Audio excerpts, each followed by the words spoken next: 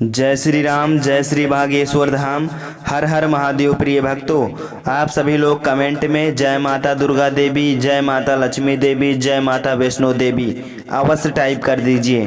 प्रिय भक्तों, शारदीय नवरात्रि साल 2025 की अष्टमी तिथि 1 अक्टूबर को पड़ रही है और ये वो तिथि है जो पूरे 1 साल बाद आती है। प्रिय भक्तों, इस दिन यदि आप एक छोटा सा उपाय कर लेंगे तो आपको उस फल की प्राप्ति होगी जिस फल का आपने कभी भी कल्पना ना किया हो। प्रिय भक्तों, शिव महापुराण की कथा में प्रदीप मिश्रा जी ने बताया है कि जो भी भक्त अष्टमी व्रत के दिन या नवमी कन्या पूजन के दिन जो भी भक्त इन 5 गलतियों को करता है उनके घर में कभी भी माता लक्ष्मी का वास नहीं होता है। प्रिय भक्तों, शारदीय नवरात्रि साल 2025 1 अक्टूबर को नवमी तिथि पड़ रही है और नवमी तिथि के दिन कन्या पूजन भी हो रहा है। प्रिय भक्तों, कन्या पूजन में कन्याओं को क्या क्या भोग लगाना चाहिए, उन्हें क्या खिलाना चाहिए जिससे कि माता रानी जल्दी प्रसन्न हो और हमें साक्षात आशीर्वाद दे दें। प्रिय भक्तों, कन्याओं को क्या खिलाना है, क्या नहीं खिलाना है, इस उपाय को कब करना है, इसका मुहूर्त क्या रहने वाला है, संपूर्ण जानकारी आज के इस वीडियो में बताया गया है। प्रिय भक्तों, ये कोई मामूली उपाय नहीं है। इस उपाय को जो भी भक्त सच्ची श्रद्धा के साथ करता है उसको धनवान मालामाल बनने से कोई भी नहीं रोक सकता। उस व्यक्ति के जन्म जन्मांतर की गरीबी मिट जाएगी। जो भी भक्त इस अष्टमी तिथि या नवमी तिथि कन्या पूजन के दिन इस उपाय को करेगा उसको मन चाहा फल की प्राप्ति हो जाएगी और वो करोड़पति बन जाएगा। प्रिय भक्तों, अब हम चलिए अपने परम पूज्य गुरु जी श्री प्रदीप मिश्रा जी द्वारा जानकारी प्राप्त करते हैं। जय माता रानी। भक्तों, नवरात्रि हिंदू धर्म के सभी त्योहारों में से एक प्रमुख त्योहार है और हमारी सनातनी हिंदू पंचांग के अनुसार शारदीय नवरात्रि के पर्व का विशेष महत्व होता है।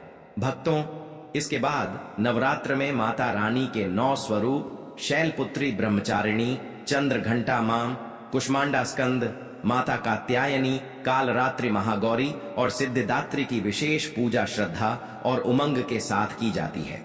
भक्तों, हमारे हिंदू पंचांग में माना गया है कि इन 9 दिनों में मां दुर्गा से जुड़ी सभी शक्तियां जागृत हो जाती हैं। इसलिए इन दिनों में मां दुर्गा की संपूर्ण विधि विधान से पूजा करने से आपकी सभी मनोकामनाएं पूर्ण होती हैं। भक्तों, 5 महिलाओं को नवरात्रि का व्रत कभी नहीं रखना चाहिए।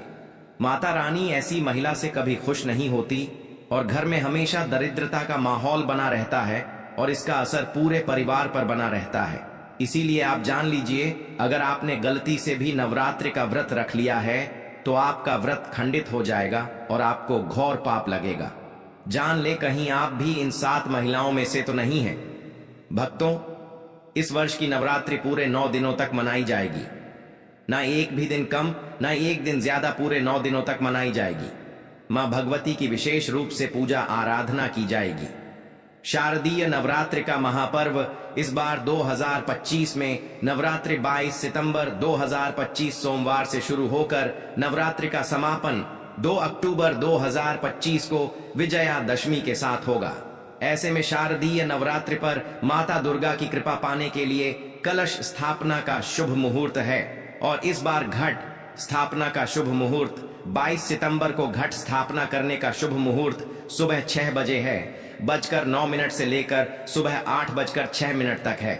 इस दौरान किसी भी समय घट स्थापना मां दुर्गा की पूजा अर्चना करें। अभिजीत मुहूर्त सुबह 11:49 से लेकर दोपहर 12:38 तक है। आप इन दोनों शुभ मुहूर्त में घट स्थापना कर सकते हैं। भक्तों, अभिजीत मुहूर्त में कलश स्थापना करना बहुत ही शुभ और मंगलकारी माना जाता है। जो भी माता का भक्त नवरात्रों में माता रानी की पूजा शुभ मुहूर्त में करता है तो वह पूजा बहुत ही शुभ और मंगलकारी मानी जाती है। इससे समस्त देवी देवताओं की कृपा प्राप्त होती है और पूजा पाठ का फल कई गुना फल भक्तों को प्राप्त होता है। भक्तों, इस बार के नवरात्रि बहुत ही शुभ और मंगलकारी मानी जा रही हैं। घर में सुख समृद्धि धन दौलत और शांति प्रदान करती है तथा घर से गरीबी और दरिद्रता का नाश करती है। घर में माता रानी का आगमन होता है। लेकिन क्या आप जानते हैं, कुछ ऐसी महिलाएं भी हैं जो इस व्रत को ना रखें तो अच्छा है, नहीं तो आपको माता रानी के क्रोध का सामना करना पड़ सकता है। मान्यताओं के अनुसार आज हम जिन महिलाओं के बारे में बात करने वाले हैं, उन्हें नवरात्र के व्रत से हमेशा दूर रहना चाहिए, नहीं तो आपके साथ कुछ बुरा हो सकता है, आपका पति किसी संकट में आ सकता है। तो चलिए भक्तों जानते हैं। भक्तों, नवरात्रि का व्रत शास्त्रों के अनुसार अगर आप किसी भी व्रत को दिखावे के तौर पर करते हैं तो यह घोर पाप माना जाता है। ऐसा करने से आप देवी देवताओं का मजाक ही नहीं उड़ाते, बल्कि आप पाप के भागीदार भी बनते हैं। मां भगवती ऐसे लोगों से कभी प्रसन्न नहीं होती, बल्कि उसको बर्बाद कर देती है। मां दुर्गा तभी प्रसन्न होती हैं जब आप सच्चे दिल से उन्हें पुकारें, पूजा पाठ और शास्त्रों का पालन करें। भक्तों, नंबर 2, तलाकशुदा महिला। शास्त्रों के अनुसार जो महिला शादीशुदा या पुरुष तलाकशुदा है, ऐसे अगर पति पत्नी में अनबन होते हैं तो वे लोग नवरात्रि का व्रत कभी ना रखें। ऐसा करने से मां दुर्गा कभी खुश नहीं होती। आपकी जानकारी के लिए बता दें, शादी 2 दिलों का बंधन है, जिसके बंधन में आजीवन रहना होता है, न कि अलग अलग। माता रानी टूटे हुए जोड़े को स्वीकार नहीं करती।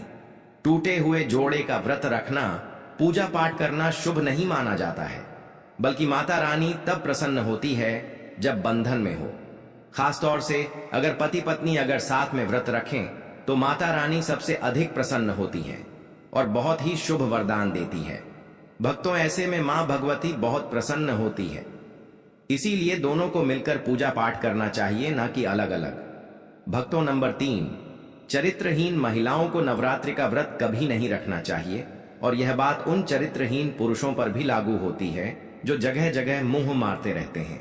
जब शरीर की पवित्रता व्यक्ति की खत्म हो जाती है, तब वह मैल ही नहीं बल्कि पापी भी कहलाता है। इसीलिए आपकी पूजा कभी सफल नहीं हो सकती। यह व्रत आप कभी ना रखें। भक्तों, नंबर 4, अगर आपको बार बार गाली देने की आदत है तो आप जितनी जल्दी हो सके इस आदत को छोड़ दें। अगर माता रानी को प्रसन्न करना है तो घर में लड़ाई झगड़ा छोड़ दें, क्योंकि जिस घर में लड़ाई झगड़ा होता है उस घर में माता रानी कभी नहीं आती है। और व्रत में पूजा पाठ करना है तो जुबान से अधिक मीठे बोली ही बोले, ज्यादा कड़वे बोली। माता सरस्वती का अपमान होता है और आप पाप के भागीदार बन जाते हैं। भक्तों, नंबर 5, अगर आपको कोई गहरी बीमारी है तो आप इस व्रत को न रखें। जैसे उदाहरण के तौर पर शुगर की बीमारी, दिल की बीमारी, हार्ट अटैक, शरीर में कमजोरी होना, चक्कर आना, बीपी का बढ़ जाना, शरीर में दर्द होना, तो आप यह व्रत कभी ना रखें, नहीं तो आपके साथ कुछ भी हो सकता है। इसीलिए सावधान रहें। नंबर 6, मासिक धर्म में भूलकर भी व्रत नहीं रखें, क्योंकि मासिक धर्म में जो आपके वस्त्र होते हैं वह मैल हो जाते हैं, इसलिए पूजा पाठ नहीं करना चाहिए। नंबर 7, जो महिलाएं अपने पति का अपमान करती वे व्रत ना ही रखें तो अच्छा है, क्योंकि ऐसी महिलाएं का पूजा मां दुर्गा कभी स्वीकार नहीं करती, बल्कि घोर पाप लगता है। भक्तों, नवरात्र आ चुकी है, ऐसे में यह चीज घर में लाने से माता रानी खुशी खुशी अपने घर में चली आती है। इस चीज को घर लाने से माता रानी अवश्य प्रसन्न होती है। यही चीज नवरात्रों पर घर में लाना बहुत ही शुभ और मंगलकारी माना जाता है। तो चलिए जानते हैं भक्तों, नंबर 1, 16 श्रृंगार का सामान नवरात्रि के दौरान घर में लाना बहुत ही शुभ और मंगलकारी माना जाता है। ऐसे में घर के बने मंदिर में रखने से जन्म जन्मांतर की गरीबी मिट जाती है और मां दुर्गा की कृपा सदैव घर पर बनी रहती है। पूरे वर्ष माता रानी की कृपा आप और आपके परिवार के ऊपर बनी रहती है। शास्त्रों में बताया गया है कि नवरात्रों के दिनों में 16 श्रृंगार का सामान घर के मंदिर में होना बहुत ही शुभ और मंगलकारी माना जाता है। आप जिस जगह घर में माता की आसन नवरात्रि व्रत करने के लिए स्थापित कर रहे हैं, उस जगह पर 16 श्रृंगार का सामान रख दें। ऐसा करने से मां दुर्गा की कृपा सदैव घर पर बनी रहती है। मित्रों, नंबर 2, सोना, चांदी या तांबे के सिक्के जरूर रखें। शास्त्रों के अनुसार सोने, चांदी या तांबे से बनी किसी भी धातु को खास तौर से नवरात्रि के 9 दिनों में पूरे 9 दिनों तक घर के मंदिर में रखने से बहुत ही शुभ और मंगलकारी माना जाता है। नवरात्रि के दिनों में सोना, चांदी, तांबे घर में लाने से इसका फल कई गुना बढ़ जाता है। इसीलिए सोना, चांदी या तांबे के सिक्के माता रानी के पास अवश्य रखें। इससे माता रानी बहुत प्रसन्न होती है। भक्तों, नंबर 3, शंख और गंगा जल। धर्म शास्त्रों के अनुसार नवरात्रों के अवसर पर शंख घर में जरूर लेकर आए। माना जाता है कि जिस घर के मंदिर में शंख नहीं रखा होता तो वहां पर देवी देवता कभी वास नहीं करते। शंख का सनातन धर्म में बहुत ही बड़ा महत्व होता है। नियमित शंख को बजाने पर कई गुना सकारात्मक ऊर्जा प्राप्त होती है और नकारात्मकता ऊर्जा को नष्ट करती है। धन की देवी मां लक्ष्मी अति प्रसन्न होती है। वहीं धर्म शास्त्रों के अनुसार जिस घर के मंदिर में गंगा जल नहीं होता तो वह घर अपवित्र माना जाता है। गंगा जल मंदिर में अवश्य रखा होना चाहिए। यदि आप घर में गंगा जल लाने में असमर्थ हैं तो अपने आसपास किसी पवित्र स्थान, किसी तीर्थ स्थान का पानी लाकर घर में रखें। भक्तों, नवरात्रि में मां सरस्वती का प्रिय मोर पंख घर लाकर घर के मंदिर में रखने से कई सारे फायदे हैं। खास तौर से नवरात्रों के दिनों में मंदिर में मोर पंख जरूर रखें। ऐसा करने से मां दुर्गा बहुत प्रसन्न होती है। भक्तों, अब बात करते हैं माता रानी को नवरात्रि में कौन सी चीजें अर्पित कर सकते हैं। भक्तों, भूलकर भी माता रानी को यह चीजें कभी अर्पित मत करना, नहीं तो सारी जिंदगी बर्बाद रहोगे। जिंदगी भर रोने के सिवा कुछ नहीं मिलेगा। भक्तों, नंबर 1, नारियल। हिंदू धर्म में नारियल को सुख, समृद्धि, धन, श्रद्धा और सम्मान का सूचक माना जाता है। नारियल को श्रीफल भी कहा जाता है। नारियल का हर मांगलिक कार्य में विशेष महत्व होता है। जैसे कि हम सभी जानते हैं कि माता रानी के कई मंदिरों में नारियल से बलि भी दी जाती है और माता रानी के पूजन में नारियल का इस्तेमाल हम सभी करते हैं। खासकर कलश की स्थापना नारियल रखकर ही की जाती है। माता रानी के पूजन में हम नारियल इस्तेमाल करते समय कुछ गलतियां कर बैठते हैं। भक्तों, नारियल कई प्रकार के होते हैं। एक जटा वाला, दूसरा सूखा जिसके अंदर पानी होता है। जिस नारियल के अंदर पानी होता है, माता रानी के पूजन में सदैव पानी वाला और जटा वाला नारियल ही अर्पित करें। कलश स्थापना में साबुत नारियल होना चाहिए। नारियल चटका हुआ या टूटा हुआ नहीं होना चाहिए, क्योंकि साबुत नारियल ही पूर्ण और पवित्रता का प्रतीक होता है। साबुत नारियल ही सुख, समृद्धि का प्रतीक होता है। साबुत नारियल को ही श्रीफल यानी कि मां लक्ष्मी का फल कहा जाता है। नवरात्रि में माता रानी के कलश की स्थापना करते समय जटा वाला और पानी वाला नारियल ही कलश पर स्थापित करना चाहिए। साथ ही यह ध्यान रखना चाहिए कि नारियल को दैव कलश के नीचे लेटाकर रखना चाहिए। घट स्थापना यानी कलश स्थापना करते समय कभी भी नारियल को खड़ा करके नहीं रखा जाता। नारियल को सदैव लेटाकर ही कलश के ऊपर रखा जाता है। साथ ही नारियल को स्थापित करने से पहले आप नारियल को लाल कपड़े में लपेटकर आप नारियल को कलश के ऊपर स्थापित करें। शास्त्रों के अनुसार कलश के ऊपर जब सही तरीके से नारियल रखा जाता है और सही प्रकार का नारियल रखा जाता है, तभी ही व्रत और पूजन का पूर्ण फल प्राप्त होता है। यह भी ध्यान रहे कि महिलाएं माता रानी को नारियल अर्पित कर सकती हैं, लेकिन कभी भी माता रानी के सामने नारियल को भूलकर भी ना तोड़ें, क्योंकि नारियल बीज रूप होता है। यानी कि नारियल में बीज होता है और स्त्रियां बीज रूप से ही शिशु को जन्म देती हैं। इसीलिए कभी भी महिलाओं को नारियल नहीं तोड़ना चाहिए। भक्तों, नंबर 2, लौंग। हम सभी माता रानी के पूजा में इस्तेमाल करते हैं, लेकिन लौंग का इस्तेमाल करते समय एक बहुत बड़ी गलती कर बैठते हैं। हमेशा ध्यान रखना चाहिए कि माता रानी को कुछ भी सामग्री अर्पित करें, उसके साथ में लौंग अवश्य अर्पित करनी चाहिए। नंबर 3, तुलसी के पत्ते। भक्तों, नवरात्रि में माता रानी को तुलसी के पत्ते अर्पित नहीं करने चाहिए। मां दुर्गा के पूजन में तुलसी पत्र का इस्तेमाल करना वर्जित माना जाता है। तुलसी पत्र के अलावा आमवला भी माता रानी को अर्पित नहीं करना चाहिए और दूर्वा भी माता रानी को अर्पित नहीं करना चाहिए। नवरात्र में आप भगवान गणेश को दूर्वा अर्पित कर सकते हैं। आप भगवान विष्णु जी को तुलसी के पत्ते अवश्य अर्पित कर सकते हैं, लेकिन माता रानी को भूलकर भी तुलसी के पत्ते या दूर्वा अर्पित न करें। माता रानी को सफेद फूल भी अर्पित न करें। माता रानी को सदैव लाल रंग के फूल अर्पित करने चाहिए। लाल रंग के फूल माता रानी को अति प्रिय है। भक्तों, खासकर माता रानी को गुलाब और कमल के फूल अति प्रिय है। मित्रों, इन गलतियों से होती है घर में धन की कमी। अगर आप उन लोगों में से हैं जो जिंदगी में पैसे कमाने के लिए बहुत ज्यादा मेहनत करते हैं, हालांकि इस सब के बावजूद भी आपको जीवन में तरक्की नहीं मिल पा रही है, तो वास्तु की कुछ गलतियां इसका कारण हो सकती है। तो चलिए हम आपको कुछ गलतियों के बारे में बताते हैं। वास्तु शास्त्र के अनुसार घर के वास्तु में जरा सी भी कमी रह जाए तो यह सभी सदस्यों के जीवन पर गहरा प्रभाव डालता है। कभी अचानक धन की हानि होती है, तो कभी बने बनाए कार्य बिगड़ने लगते हैं, या फिर कोई बीमार पड़ने लगता है और कितना भी धन आ जाए दिखता ही नहीं है। लगातार मेहनत करने के बाद भी अगर इस तरह की समस्याओं का सामना करना पड़ता है। अगर आप घर में वास्तु से जुड़ी कुछ गलतियां कर रहे हैं तो इससे आपको काफी परेशानी हो सकती है। आप कर्ज में डूब सकते हैं और घर में दरिद्रता आ सकती है।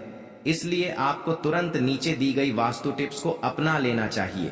लेकिन उससे पहले अगर आप भी चाहते हैं कि लक्ष्मी माता का आशीर्वाद आप पर बना रहे, तो इस वीडियो को एक लाइक करें और चैनल वास्तु शास्त्र ज्योतिष को सब्सक्राइब कर लें और कमेंट बॉक्स में जय लक्ष्मी माता जरूर लिखें और कमेंट बॉक्स में अपनी राशि डालना मत भूलिएगा। आपकी राशि के अनुसार इस नवरात्रि पर कोई भी उपाय होगा तो हम कमेंट में आकर आपको रिप्लाई में बता देंगे। भक्तों, कई महिलाएं तो ऐसी भी होती हैं जो कि अपने गहने पसंद नहीं आती हैं और दूसरी महिला के गहने की शैली और बनावट पसंद आती है, जिसके कारण महिलाएं अपने गहने पहनने के लिए एक दूसरे से बदलाव कर लेते हैं।